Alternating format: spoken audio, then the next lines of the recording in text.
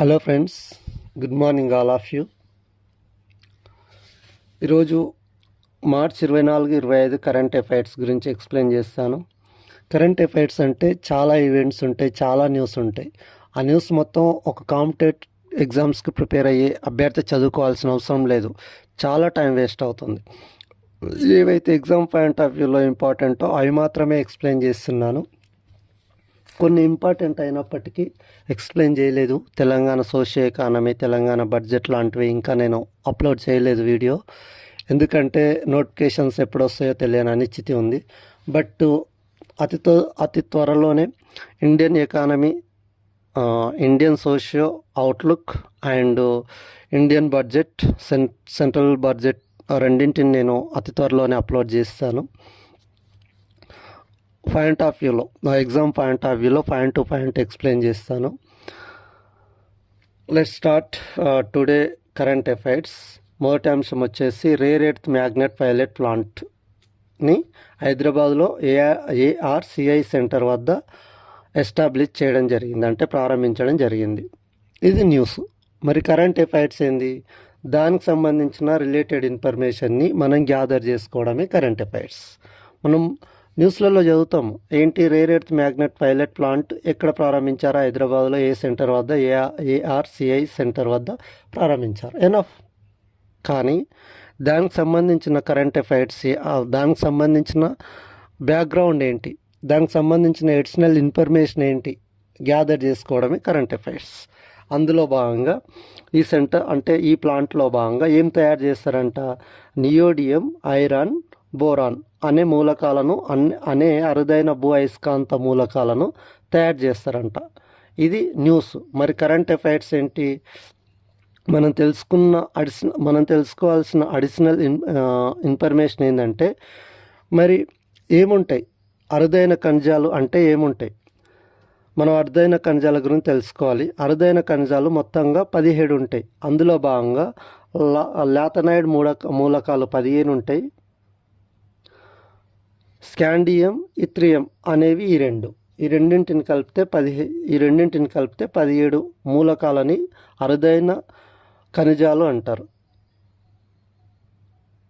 అందులో భాగంగా ఈ లాథనైడ్ మూలకాలు అంటే ఏంటివి? అందులో లాథనియం, సెరియం, నియోడిమియం, సమరియం, టిబ్రియం ఇట్లాంటి మూలకాలను ఏమంటారంటే లాథనైడ్స్ మూలకాలు అంటారు. లాథనైడ్స్ మూలకాలు మొత్తం 15 ఉంటాయి. ఈ 15కి మరో స్కాండియం, ఎథ్రియం అనే 2 మూలకాలను కలిపితే 17 అరుదైన ఖనిజాలు అనేవి లిస్ట్ వస్తుంది. కావాలంటే మీరు గూగుల్ చేయొచ్చు ఆ లిస్టు. నెక్స్ట్ రెండోది, మరి ప్రపంచవ్యాప్తంగా, ఇండియా వ్యాప్తంగా 17 క్రిటికల్ మినరల్స్ ఉంటే ప్రపంచవ్యాప్తంగా మొత్తం 30 క్రిటికల్ మినరల్స్గా గుర్తించడం జరిగింది. ఓకేనా? నెక్స్ట్ రెండో point, credit guarantee scheme for micro finance institution 2.0 అనే స్కీమ్ని సెంట్రల్ గవర్నమెంట్ లాంచ్ చేసింది. సెంట్రల్ గవర్నమెంట్ ఏ మినిస్ట్రీ అంటే మినిస్ట్రీ ఆఫ్ ఫినాన్స్ ప్రారంభించడం జరిగింది. మరి ఇందులో భాగంగా మైక్రో ఫైనాన్స్ సెక్టర్కి 20,000 కోట్లను కేటాయించడం జరిగింది. దీన్ని అమలుపరుస్తున్న సంస్థ NCTC, national credit guarantee trustee committee. ఇది ఫినాన్స్ మినిస్ట్రీ అండర్లో పనిచేస్తుంది. మరి స్కీమ్ ఎప్పటి వరకు అమల్లో ఉంటుందంటే 2026 జూన్ 30 వరకు అమల్లో ఉంటుంది, లేదా 20,000 కోట్లని కేటాయించే వరకు, అంటే 20,000 కోట్లను స్పెండ్ చేసే వరకు ఈ స్కీమ్ అనేది అమల్లో ఉంటుంది. మరి ఎవరికి ఈ 20,000 కోట్లను కేటాయిస్తారంటే ఫైనాన్షియల్ ఇన్స్టిట్యూషన్స్. ఏ financial institutions? Micro financial institution పేరులోనే ఉంది కదా, మైక్రో ఫైనాన్స్ ఇన్స్టిట్యూషన్ 2.0 అని.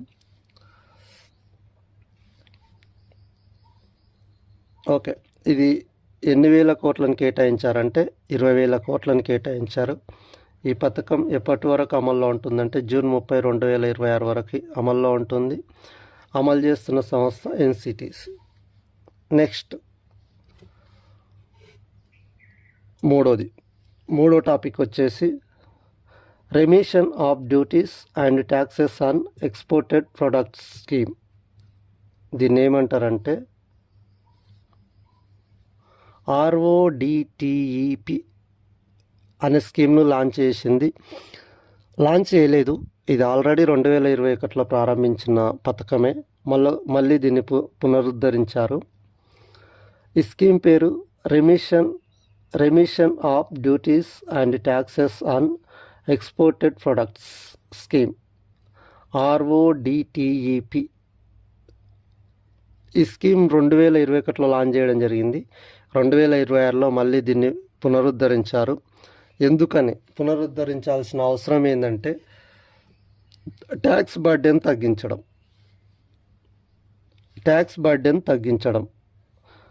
ఎవరి మీద ట్యాక్స్ బర్డెన్ తగ్గించాలంట? ఎక్స్పోర్టెడ్ కంపెనీస్ మీద, ఇంపోర్టెడ్ కంపెనీస్ మీద ట్యాక్స్ బర్డెన్ తగ్గించడానికి ఈ పథకాన్ని ఈ పథకం యొక్క ముఖ్య ఉద్దేశం. మరి ఏ మినిస్ట్రీ లాంచ్ చేసిందంటే commerce and industry ministry launch చేసింది. మరి ఈ పథకం యొక్క ముఖ్య ఉద్దేశం ఏంటంటే టాక్సెస్ బర్డెన్ని తగ్గించడం. ఎవరికి? ఎక్స్పోర్ట్ అండ్ ఇంపోర్ట్ కంపెనీస్కి ట్యాక్సెస్ బర్డెన్ని తగ్గించడమే దీని యొక్క ముఖ్య ఉద్దేశం. ఇలాంటి పథకమే రీసెంట్గా మనం ఒక పథకాన్ని చర్చించడం జరిగింది. రిలీఫ్ అనే స్కీమ్ గురించి డిస్కస్ చేసాం. కావాలంటే ప్రీవియస్ వీడియోలో చూడండి. ఇది కూడా సేమ్ ఎక్స్పోర్ట్ అంటే ఇండియన్ ఎక్స్పోర్ట్ని పెంచడానికి 497 crores సెంట్రల్ గవర్నమెంట్ ప్రారంభించిందని ప్రీవియస్ వీడియోస్లో చెప్పాను. కావాలంటే చూడండి.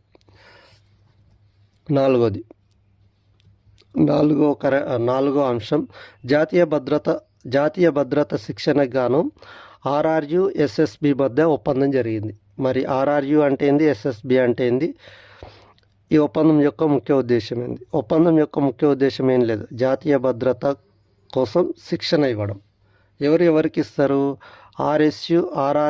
RRU SSB మధ్య ఒప్పందం జరిగింది. మరి RRU అంటే రాష్ట్రీయ రక్షా యూనివర్సిటీ. ఈ రాష్ట్రీయ రక్షా యూనివర్సిటీ వాళ్ళు SSBకి జాతీయ భద్రతలో భాగంగా శిక్షణ ఇవ్వడం జరుగుతుంది. మరి SSB అంటే సశస్త్ర సీమాబల్ అంటే ఏం లేదు, ఇండియాకి ప్రొటెక్ట్ చేస్తున్న ఒక గ్రూప్, సశస్త్ర సీమాబల్. మరి ఇది ఎక్కడ గస్తీగా వస్తుంది అంటే భూటాన్, నేపాల్ సరిహద్దుల్లో భారతదేశ రక్షణ కాను ఏర్పాటు చేయబడిన ఒక గస్తీ దళమే SSB, సశస్త్ర సీమాబల్. ఇది ఎక్కడ గస్తీ చేస్తుంది అంటే భూటాన్, నేపాల్. ఇది న్యూస్. మరి కరెంట్ అఫైర్స్ ఏంది? దానికి రిలేటెడ్గా మనం ఎక్స్ట్రా ఇన్ఫర్మేషన్ని జోడించుకోవాలి. మళ్ళొకసారి న్యూస్లో ఏం అంశం ఉంది? జాతీయ భద్రత శిక్షణకు గాను RRU SSB మధ్య ఒప్పందం జరిగింది. మరి RRU అంటే రాష్ట్రీయ రక్షా యూనివర్సిటీ, SSB అంటే సశస్త్ర సీమాబల్. ఈ సశస్త్ర సీమాబల్ అనే గస్తీ దళం భూటాన్, నేపాల్ సరిహద్దుల్లో గస్తీ నిర్వహిస్తుంటుంది, దేశాన్ని కాపాడుతుంటుంది. మరి వీరికి శిక్షణ కోసం RRUతో ఒప్పందం జరిగింది. ఇది కరెంట్ అఫైర్స్ అయితే, ఇది న్యూస్ అయితే. కరెంట్ అఫైర్స్ ఏంటి? దానికి సంబంధించిన ఇన్ఫర్మేషన్ తెలుసుకోవడం. మరి SSB లాంటి గస్తీ నిర్వహించే దళాలు ఇంకా ఏమేమి ఉన్నాయంటే BSF, ITBP, Indian coastal gourd లాంటి SSB లాంటి గస్తీ దళాలు ఉన్నాయి, BSP, ITBP. మరి SSB అంటే భూటాన్, నేపాల్ సరిహద్దుల్లో గస్తీ నిర్వహిస్తే, BSF అనేది పాకిస్తాన్, బంగ్లాదేశ్ సరిహద్దుల్లో గస్తీ నిర్వహిస్తుంది. ITBP అంటే ఇండో టిబెటన్ బార్డర్ పోలీస్. ఇది హిమాలయన్ సెక్టార్లో, హిమాలయన్ రీజియన్లో గస్తీ నిర్వహిస్తుంది. ఇది చైనా అండ్ ఆఫ్ఘనిస్తాన్ సరిహద్దుల్లో గస్తీ నిర్వహిస్తుంది. ఎవరు? ITBP అంటే ఇండో టిబెటన్ బార్డర్ పోలీస్. మరి అది కాకుండా ఇండియాకి సముద్ర తీరం ఉంది, చాలా లాంగెస్ట్ సముద్ర తీరం ఉంది. దాన్ని ఎవరు గస్తీ వస్తారంటే ఇండియన్ కోస్టల్ గార్డ్ కోస్టల్ ఏరియాలో గస్తీ నిర్వహించే దళం పేరు ఏంటంటే ఇండియన్ కోస్టల్ గార్డ్. మరి ఐటీబీపీ ఎక్కడ అంటే చైనా ఆఫ్ఘనిస్తాన్ సరిహద్దుల్లో. మరి బీఎస్ఎఫ్ ఎక్కడ అంటే పాకిస్తాన్ బంగ్లాదేశ్ సరిహద్దుల్లో. మరి ఎస్ఎస్బి ఎక్కడ అంటే సహస్ర సీమాబల్. ఎస్ఎస్బి ఎక్కడంటే భూటాన్, నేపాల్. ఇది ఇంపార్టెంట్. ఎస్ఎస్బి ఎప్పుడు ఏర్పడిందంటే 1963లో ఏర్పడింది. New Delhi head quarters. ఇవన్నీ కూడా హోమ్ మినిస్ట్రీ కింద పనిచేస్తూ ఉంటాయి. నెక్స్ట్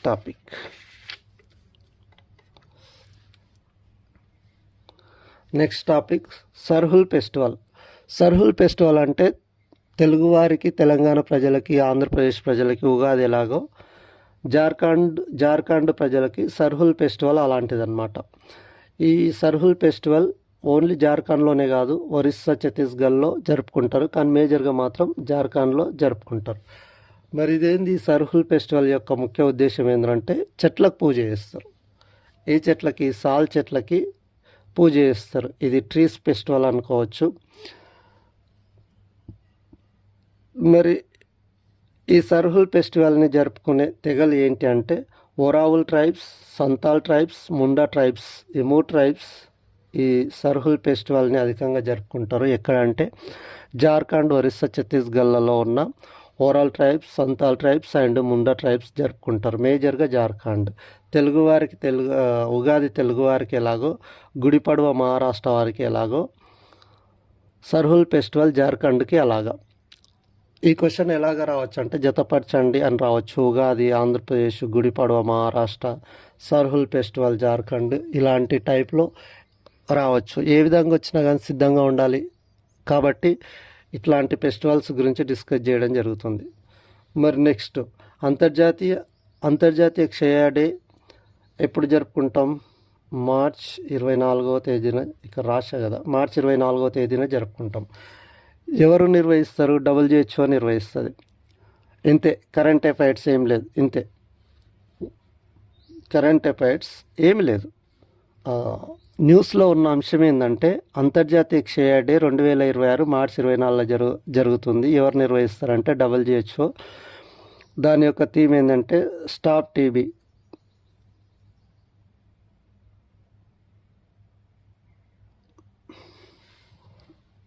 ఓకే, దాని యొక్క థీమ్ ఏంటంటే yes we can end TB అనేది థీమ్. పూర్తి థీమ్ ఏంటంటే yes we can end TB led by countries power by people అనేది ఈ అంతర్జాతీయ క్షయ డే యొక్క థీమ్. మరి క్షయ డేని ఎప్పుడు జరుపుకుంటాం, టీబీ డే ఎప్పుడు జరుపుకుంటాం అంటే మార్చి 24.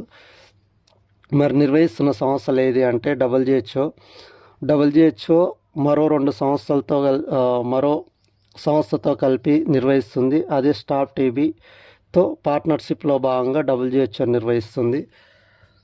మరి ఈ క్షయకి కారణమైనది ఏంటి అంటే బ్యాక్టీరియా. ఏ బ్యాక్టీరియా? Tuberculosis bacteria. దీన్ని మార్చి 24, 1982లో జర్మనీకి చెందిన డాక్టర్ రాబర్ట్ కోచ్ అనే వ్యక్తి కనుగొన్నాడు. అందువలన మార్చి 24ని ఏటా కూడా మనం క్షయ డేగా జరుపుకుంటున్నాం. మరి కొంత సమాచారం WHO గురించి తెలుసుకుందాం. WHO అంటే వరల్డ్ హెల్త్ ఆర్గనైజేషన్. ఇది ఎప్పుడు ఏర్పడ్డది అంటే 1948 ఏప్రిల్ 7వ తేదీన ఏర్పడింది. అంటే ఎస్టాబ్లిష్ కావడం జరిగింది. దీని హెడ్ క్వార్టర్ ఎక్కడ ఉందంటే జెనీవా, స్విట్జర్లాండ్లో ఉంది. వరల్డ్ హెల్త్ డే ఏప్రిల్ 7న జరుపుకుంటాం. వరల్డ్ హెల్త్ డేను ఏప్రిల్ 7న జరుపుకుంటాం. ఎందుకు? WHO ఏర్పడింది అదే రోజున కాబట్టి. దాని హెడ్ క్వార్టర్ ఏది? జెనీవా ఎక్కడుంది? స్విట్జర్లాండ్. ఈ WHOలో చివరగా చేరిన కంట్రీ ఏది అంటే తువాలు. మరి ఈ WHO యొక్క డైరెక్టర్ జనరల్ ఎవరంటే టెడ్రాస్ అదనం. నెక్స్ట్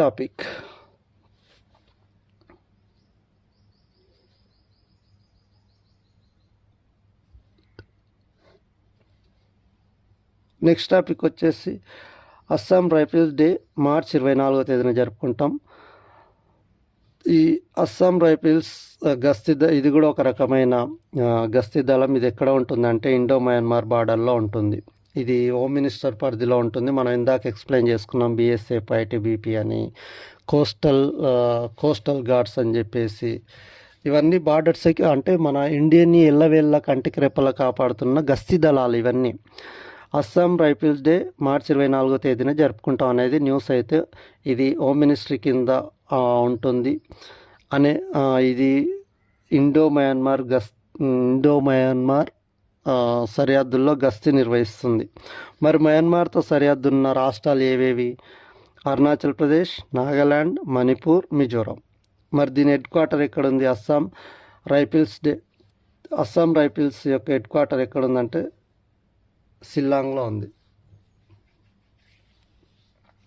మేజర్గా ఇది ఇంపార్టెంట్ అవుతుంది. మయన్మార్తో సరిహద్దు ఉన్న రాష్ట్రాలు, లేని రాష్ట్రాలని, ఉన్న రాష్ట్రాలు తెలిస్తే లేని రాష్ట్రాలు ఏవో తెలుసుకోవాల్సిన అవసరం లేదు, ఆటోమేటిక్గా అర్థమవుతుంది. మయన్మార్తో సరిహద్దు పంచుకుంటున్న రాష్ట్రాలు Arunachal Pradesh, Nagaland, Manipur, Mizoram. Next topic, world air quality report 2025. ఈ రిపోర్టు రిలీజ్ అయింది 2026లోనే. కానీ ఎప్పటికి సంబంధించి? 2025 డేటాకు సంబంధించి వరల్డ్ ఎయిర్ క్వాలిటీ రిపోర్ట్ 2025 పేట 2026లో రిలీజ్ కావడం జరిగింది. మరి ఇది ఎన్నో ఎడిషన్ అంటే 8th ఎడిషన్. ఇది ప్రతి సంవత్సరం రిలీజ్ అవుతున్న ఒక రిపోర్టు. దీన్ని ఎవరు రిలీజ్ చేస్తారు? ఐక్యూ ఎయిర్ అనే సంస్థ, స్విట్జర్లాండ్ బేస్డ్ సంస్థ. ఐక్యూ ఎయిర్ అనే సంస్థ ప్రతి సంవత్సరం వరల్డ్ ఎయిర్ క్వాలిటీ రిపోర్ట్ని రిలీజ్ చేయడం జరుగుతుంది. మరి ఈ నివేదిక ఆధారంగా, ఈ రిపోర్ట్ ఆధారంగా అత్యధిక కాలుష్యం అంటే అత్యంత అధ్వానంగా ఎయిర్ క్వాలిటీ ఉన్న టాప్ 3 కంట్రీస్ ఏంటివంటే పాకిస్తాన్, బంగ్లాదేశ్, తజికిస్తాన్. ఈ టాప్ 3 కంట్రీస్ గుర్తుపెట్టుకోవాలి, పాకిస్తాన్, బంగ్లాదేశ్, తజికిస్తాన్. మరి ఇండియా పొజిషన్ ఎలా ఉంది? 6th ప్లేస్లో ఉంది. దేని ఆధారంగా ఎయిర్ క్వాలిటీని డిసైడ్ చేస్తారంటే పార్టికల్ మ్యాటర్ 2.5 ఆధారంగా నిర్ణయిస్తారు. మరి ఇండియాలో అత్యధిక కాలుష్య నగరం ఏదంటే గజియాబాద్. ఇంకా పర్టికులర్గా చెప్పాలంటే గజియాబాద్లోని లోని ప్రాంతం. మరి లాస్ట్ ఇయర్ అంటే 2025లో రిలీజ్ అయిన 2024 డేటా ఆధారంగా మొదటి ప్లేస్లో ఉన్న కంట్రీ ఏదంటే చాద్. మరి ఇండియా లాస్ట్ ఇయర్ ఏ ప్లేస్లో ఉన్నదంటే 5వ ప్లేస్లో ఉన్నది. ప్రస్తుతం ఒక స్థానం మెరుగుపడ్డాయి, 6వ ప్లేస్లో ఉంది. మొత్తం ఎన్ని కంట్రీస్ గాను రిపోర్ట్ చేస్తారంటే 143 కంట్రీస్. మరి టాప్ 10లో ఇండియా నుంచి 5 నగరాలు ఉన్నాయి. ఫర్ ఎగ్జాంపుల్ లోని ప్రాంతం అని చెప్పిన కదా, లోని నగరం, గజియాబాద్ అట్లాంటివి. మరి అత్యధిక కాలుష్యమైన ప్రాంతం ఏదంటే సౌత్ ఏషియా రీజియన్. అత్యధికంగా కాలుష్యభరితమైన రీజియన్ ఏదంటే సౌత్ ఏషియా రీజియన్. సింపుల్ ఏం లేదు, ఏదైనా ఒక ఇండెక్స్ వార్తల్లో నిలిచినప్పుడు దాన్ని ఎవరు రిలీజ్ చేస్తారు? ఆ నివేదికని ఎవరు విడుదల చేస్తారంటే ఏఐ ఎయిర్ సంస్థ, స్విట్జర్లాండ్ బేస్డ్ సంస్థ. టాప్ 3 కంట్రీస్ గుర్తుపెట్టుకోవాలి, పాకిస్తాన్, బంగ్లాదేశ్, తజికిస్తాన్. అలాగే ఇండియా ప్లేస్ గుర్తుపెట్టుకోవాలి, ఇండియా 6th ప్లేస్. దేని ఆధారంగా నిర్ణయిస్తారంటే పిఎం పార్టికల్ మ్యాటర్ 2.0 ఆధారంగా నిర్ణయిస్తారు. మరి ఇండియాలో అత్యంత కాలుష్యమైన నగరం గజియాబాద్. మరి లాస్ట్ ఇయర్ ఎడిషన్లో ఇండియా ఎన్నో ప్లేస్? 5th place.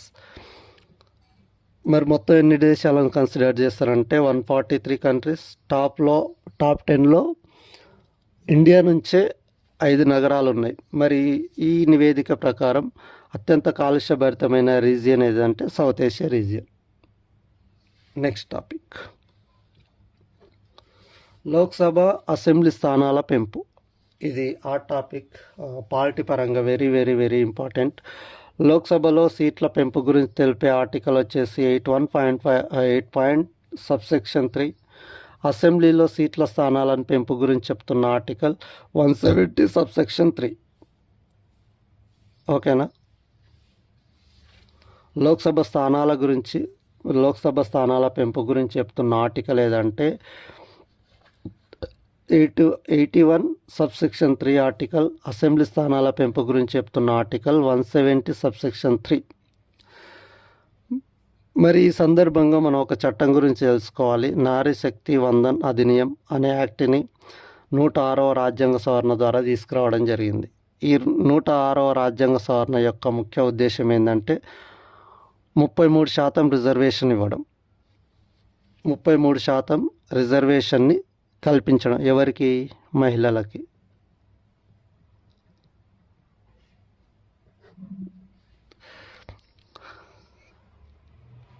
అయితే లోక్సభ అసెంబ్లీ స్థానాల పెంపు గురించి మన రాజ్యాంగంలో పేర్కొనడం జరిగింది. అయితే ప్రతి 10 సంవత్సరాలకు ఒకసారి జనాభా గణన ఆధారంగా ఈ సీట్ల పెంపును చేపట్టవచ్చు. అంటే ఈ సీట్ల పెంపుని డీలిమిటేషన్ చేసుకోవచ్చు.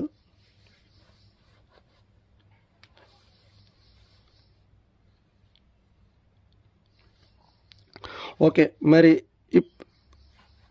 అంటే లోక్సభ అసెంబ్లీలో స్థానాల పెంపు ఏ విధంగా ఉంటుందంటే 50% స్థానాలను పెంచుతున్నారు. ఫర్ ఎగ్జాంపుల్ ఒక రాష్ట్రంలో 100 స్థానాలు, ఒక ఎమ్మెల్యే స్థానాలు 100 ఉన్నాయనుకోండి, దాన్ని మరో 50 పెంచి 150 స్థానాలకు పెంచుతారు. ఈ విధంగా 50% సీట్ల పెంపు ఉంటుంది. 543 లోక్సభ స్థానాల నుంచి 816కు పెంచే అవకాశం ఉంది. 4123 ఎమ్మెల్యేల స్థానాల నుంచి 6185 ఎమ్మెల్యేల స్థానాలకు పెంచే అవకాశం ఉంది. అంటే ఏ విధంగా 50% పెంచుతారని చెప్తున్నారు. మరి తెలంగాణలో ఎన్ని సీట్లకు పెంచవచ్చు? 119 స్థానాల నుంచి 179 స్థానాలకు పెంచవచ్చు. అదే ఆంధ్రప్రదేశ్లో అయితే 175 నుంచి 263 స్థానాలకు పెరగవచ్చు.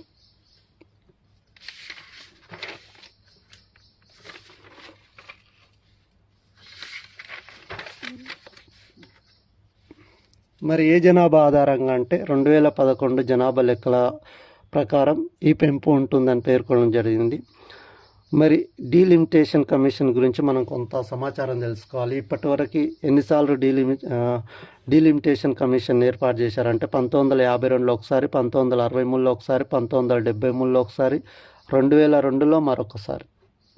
మొత్తం ఇప్పటివరకు డీలిమిటేషన్ కమిషన్స్ ఎన్నిసార్లు ఏర్పాటు చేయడం జరిగిందంటే మొత్తం 4 సార్లు. 1952, 1963, 1973, 2002. మరొకసారి కూడా ఏర్పాటు చేయడం జరిగింది. జమ్మూ కాశ్మీర్ గురించి మరొకసారి ఏర్పాటు చేయడం జరిగింది. ఇది ఒక యూటీ గురించి. ఇండియా వ్యాప్తంగా అయితే 4 సార్లు, యూటీని కూడా అంటే జమ్మూ కాశ్మీర్ని కూడా కలుపుకొని అయితే 5 సార్లు.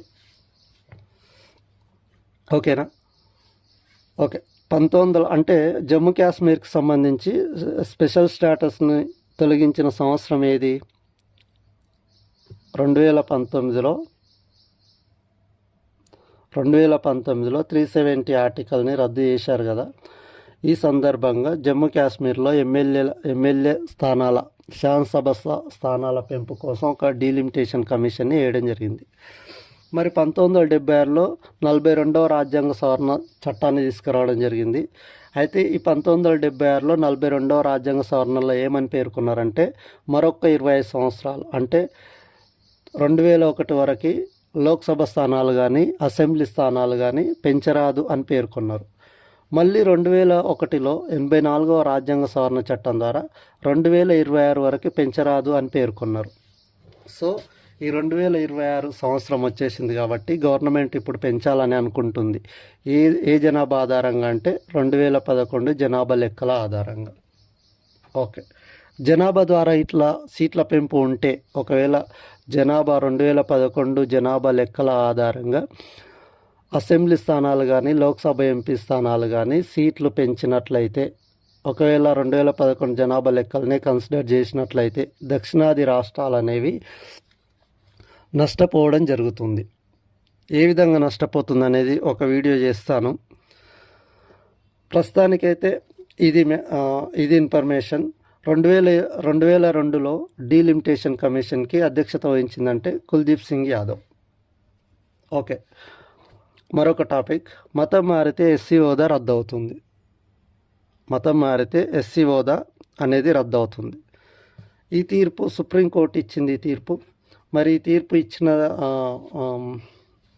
ఇచ్చిన బెంచ్ 2 మెంబర్స్ బెంచ్. ఆ 2 మెంబర్స్ ఎవరంటే పీకే మిశ్రా, పవన్ కుమార్ మిశ్రా, మన్మోహన్లతో కూడిన ద్విసభ్య ధర్మాసనం ఈ తీర్పునివ్వడం జరిగింది. మరి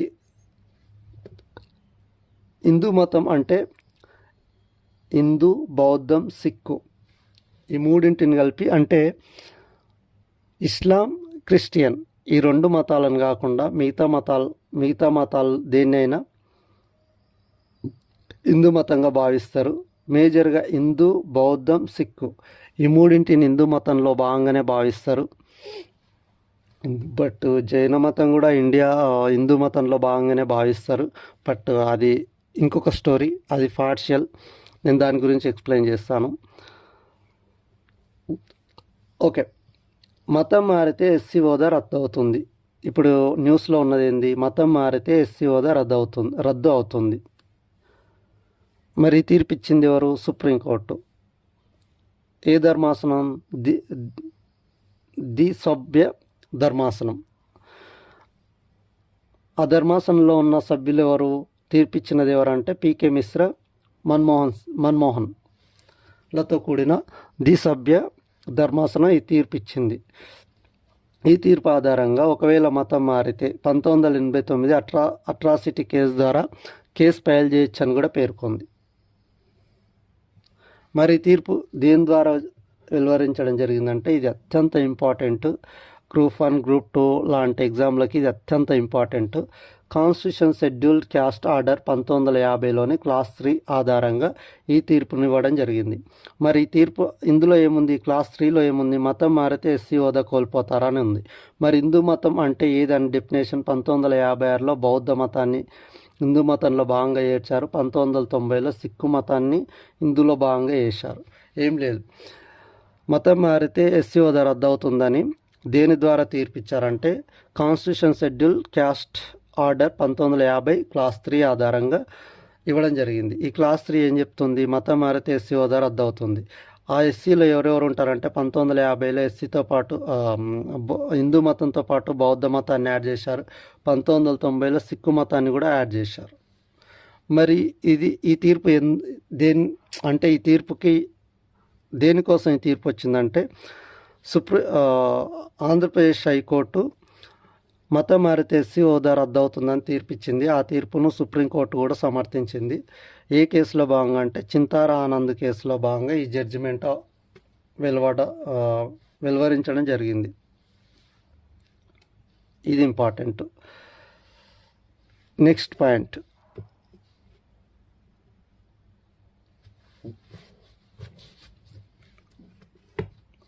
యూసీసీ బిల్లును ఆమోదించిన Gujarat.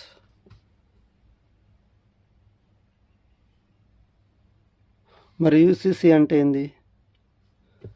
Union civil code. Union civil code అంటే కామన్ సివిల్ కోడ్ అని అర్థం. ఇది దీని గురించి చెప్తున్న ఆర్టికల్ ఏదంటే ఆర్టికల్ 44. గుజరాత్ 2వ స్టేట్గా ఉంటుంది. అంటే యూసీసీ బిల్లును ఆమోదించిన 2వ రాష్ట్రం గుజరాత్. మొదటి రాష్ట్రం 2024 సంవత్సరంలో ఉత్తరాఖండ్ ఆల్రెడీ యూసీసీ బిల్లును ఆమోదించడం జరిగింది. ఈ యూసీసీ బిల్ అంటే ఈ బిల్లు ఆధారంగా గుజరాత్ ఆమోదించిన ఈ బిల్లు ఆధారంగా సహజీవనం ఖచ్చితంగా రిజిస్టర్ చేసుకోవాలి. ఒకవేళ సహజీవనం చేసిన వారు విడిపోవాలనుకుంటే దానికి ఒక ప్రాసెస్ ఉంటుంది. ఇది ఎస్టీలకి మినహాయింపు ఇచ్చారు. మరి గోవాలో కూడా యూసీసీ అమల్లో ఉంది. ఇండిపెండెన్స్ కంటే ముందే అక్కడ అమల్లో ఉంది కాబట్టి గోవాను కన్సిడర్ చేయరు. స్వతంత్రం వచ్చిన తర్వాత యూసీసీని అమలు చేసిన మొదటి రాష్ట్రం అంటే ఉత్తరాఖండ్. 2వ రాష్ట్రం ఒకవేళ బిల్లు ఆమోదిస్తే 2వ రాష్ట్రం గుజరాత్ అవుతుంది. Okay, next information, next current affairs. National AI skilling my waves advanced EPG and inbuilt satellites Turner అనే ఈ 3 ప్రోగ్రాంలని లాంచ్ చేయడం జరిగింది. ఎవరు అంటే ఐటీ మినిస్టర్ ఐటీ అండ్ ప్రసార శాఖ మంత్రి అశ్విని వైష్ణవ్ గారు ఈ మూడు స్కీమ్స్ని స్కీమ్స్ కాదు, ఈ 3 ప్రోగ్రామ్స్ని లాంచ్ చేయడం జరిగింది. ఎవరు లాంచ్ చేశారో అశ్విని వైష్ణవ్. ఈయన ఎవరు? ఐటీ మినిస్టర్ అండ్ అట్లాగే ప్రసార శాఖ మంత్రి కూడా. దీని యొక్క ఉద్దేశం ఏంది అంటే, ఈ పై 3 ప్రోగ్రాంల యొక్క ఉద్దేశం ఏంటంటే గూగుల్, యూట్యూబ్ సంస్థల ద్వారా భారత ఐటీని ఇంక్రీజింగ్ చేయడం. ఇందులో భాగంగా ఏం చేస్తారు? 15,000 మందికి ట్రైనింగ్ ఇస్తారు. ఇది మొత్తం 2 పేజెస్లో జరుగుతుంది. మొదటిది మార్చ్ టు జూన్ అయితే, రెండవది జూన్ టు జూలై. అంతే. ఈ ప్రోగ్రామ్స్ యొక్క ముఖ్య ఉద్దేశము గూగుల్, యూట్యూబ్ ద్వారా భారత్ ఐటీని ఇంక్రీజ్ చేయడం. ఇందులో భాగంగా 15,000 మందికి అంటే యూత్కి ట్రైనింగ్ ఇస్తారు. 2 పేజెస్లో జరుగుతుంది. March to June, June to July. ఇవన్నింటికంటే ఇది ఇంపార్టెంట్ అవుతుంది. ఎవరు లాంచ్ చేశారంటే అశ్విని వైష్ణవ్. ముఖ్య ఉద్దేశం ఏంటంటే గూగుల్, యూట్యూబ్ సంస్థల ద్వారా భారత్ ఐటీని ఇంక్రీజ్ చేయడం. ఇందులో భాగంగా 15,000 మందికి శిక్షణ ఇవ్వడం. అంతే. నెక్స్ట్ టాపిక్, టెరాఫాబ్ ఏఐ చిప్ని లాంచ్ చేసిన ఎలాన్ మస్క్. మరి ఏ సంస్థల ద్వారా? స్పేస్ ఎక్స్ ప్లస్ టెస్లా అనే 2 సంస్థల ద్వారా ఎలాన్ మస్క్ టెరాఫాబ్ ఏఐ చిప్ని రిలీజ్ చేయబోతున్నాడు. ఎక్కడ ఏర్పాటు చేశాడు దీన్ని? యుఎస్ఏలోని టెక్సాస్ అనే ప్రాంతంలో. ఈ ఇయర్కి ఎంత సామర్థ్యంతో? 1 టెరావాట్ కంప్యూటింగ్ పవర్ సామర్థ్యంతో ఏర్పాటు చేయడం జరుగుతుంది. మరి 1 టెరావాట్ అంటే ఏంది? 1 trillion watts. 1 terawatt is equal to 1 trillion watts. ఏం లేదు, ఇది ఇంపార్టెంట్ కావచ్చు, ఇట్లా కూడా అడగవచ్చు. 1 టెరావాట్ అంటే ఏంది? 10 ట్రిలియన్ వాట్స్, 10 బిలియన్ వాట్స్ అట్లా కూడా అడగవచ్చు. 1 టెరావాట్ అంటే 1 ట్రిలియన్ వాట్. మరి ఈ టెరాఫాబ్ ఏఐ చిప్ని లాంచ్ చేసింది ఎవరు? Elon Musk. ఇతను ఏ సంస్థల ద్వారా అంటే స్పేస్ ఎక్స్, టెస్లా. ఈ 2 సంస్థలు కూడా ఎలాన్ మస్క్ సంబంధించినవే. వాళ్ళలోనే అత్యంత రిచెస్ట్ పర్సన్ ఎలాన్ మస్క్. ఎక్కడ ఏర్పాటు చేశారంటే యుఎస్ఏలోని టెక్సాస్.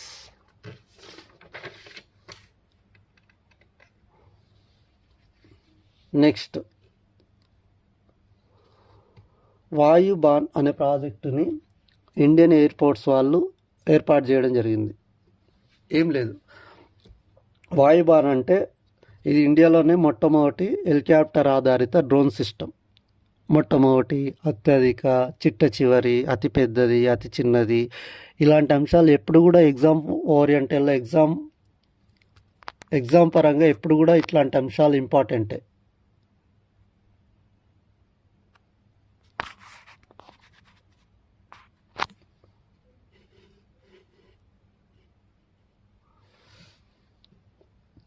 ఇవి ఒక కమికస్ డ్రోన్స్ అంటే ఆత్మాహుతి డ్రోన్స్.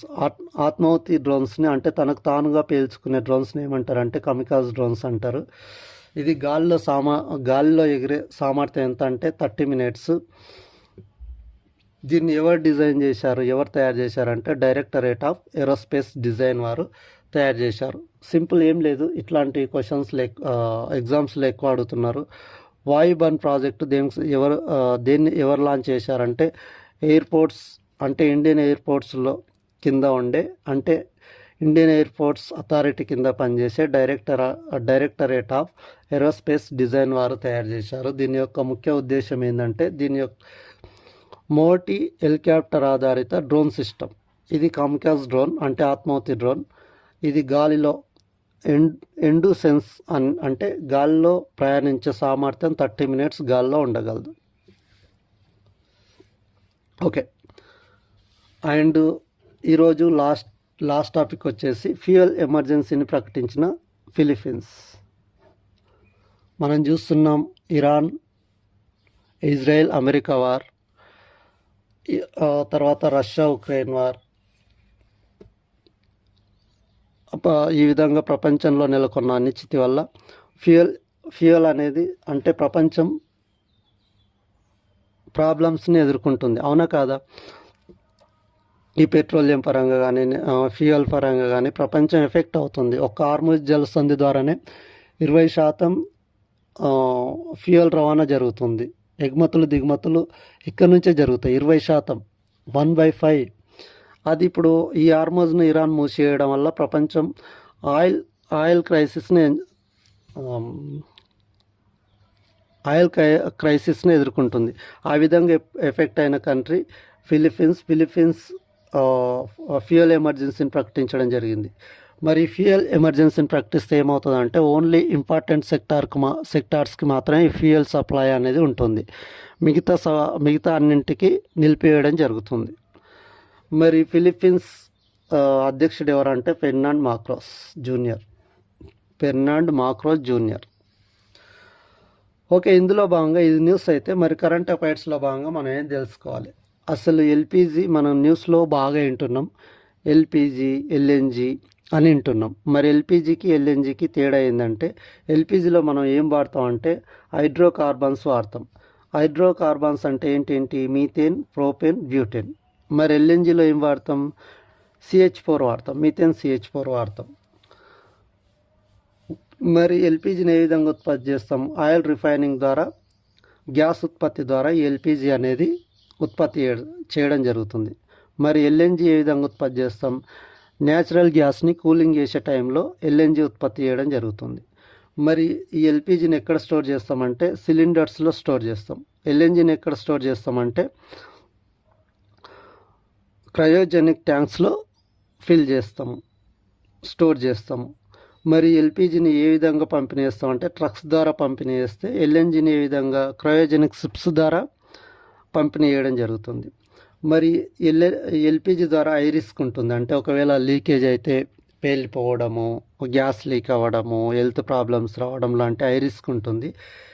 ఎల్ఎన్జి కూడా రిస్క్ ఉంటుంది, కానీ ఎల్పిజితో పోలిస్తే రిస్క్ తక్కువగా ఉంటుంది. తర్వాత ఎల్పిజిని ఎక్కడ యూజ్ చేస్తామంటే డొమెస్టిక్ యూసేజ్లో యూజ్ చేస్తాము.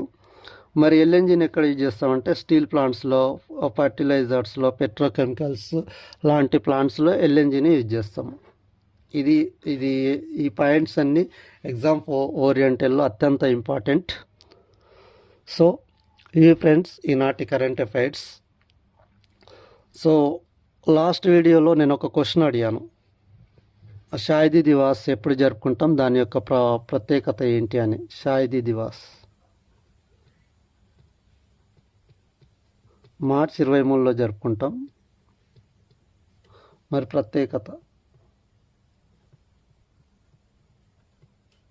దేశం కోసం ప్రాణాలను అర్పించిన వీరులను స్మరించుకునే దివాసే షాహిదీ దివాస్. ఇది భగత్ సింగ్ యొక్క పుట్టినరోజు, భగత్ సింగ్ని ఉరి తీయబడిన రోజు.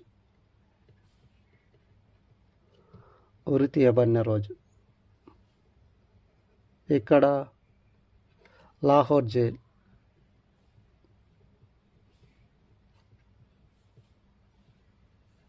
మరి ఆయన రాసిన బుక్ ఏంటి? Why I am an atheist. మరి కకోరి కుట్ర కేసు, తర్వాత షాండర్స్ హత్య,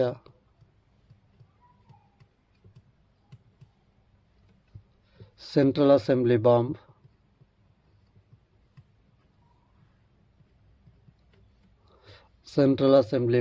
అండ్ హెచ్ఎస్ఆర్ఏ వీటన్నింటి గురించి నేను ఒక సపరేట్ వీడియోనే చేశాను ఆల్రెడీ. మీరు ఒకసారి దాన్ని చూడండి. మరి ఈరోజు క్వశ్చన్ ఏంటంటే,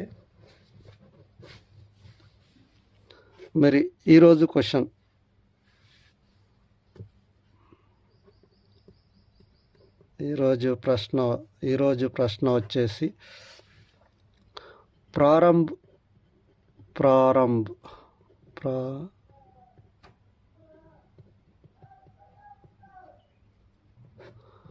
ప్రోగ్రామ్ ఇటీవల లాంచ్ చేయడం జరిగింది. దాని యొక్క ముఖ్య ఉద్దేశం ఏంది, ఎవరు లాంచ్ చేశారు అనేది కామెంట్ సెక్షన్లో కామెంట్ చేయండి. Thank you friends. ఈ కరెంట్ అఫైర్స్ని ఎగ్జామ్ ఓరియంటెడ్లో ఎక్స్ప్లెయిన్ చేస్తున్నాను కాబట్టి లైక్ చేయండి, షేర్ చేయండి, సబ్స్క్రైబ్ చేసుకోండి. అలాగే కాంపిటీషన్ ఎగ్జామ్కి ప్రిపేర్ అవుతున్న వారందరికీ ఈ వీడియోను రీచ్ అయ్యేలా షేర్ చేయండి. Thank you so much.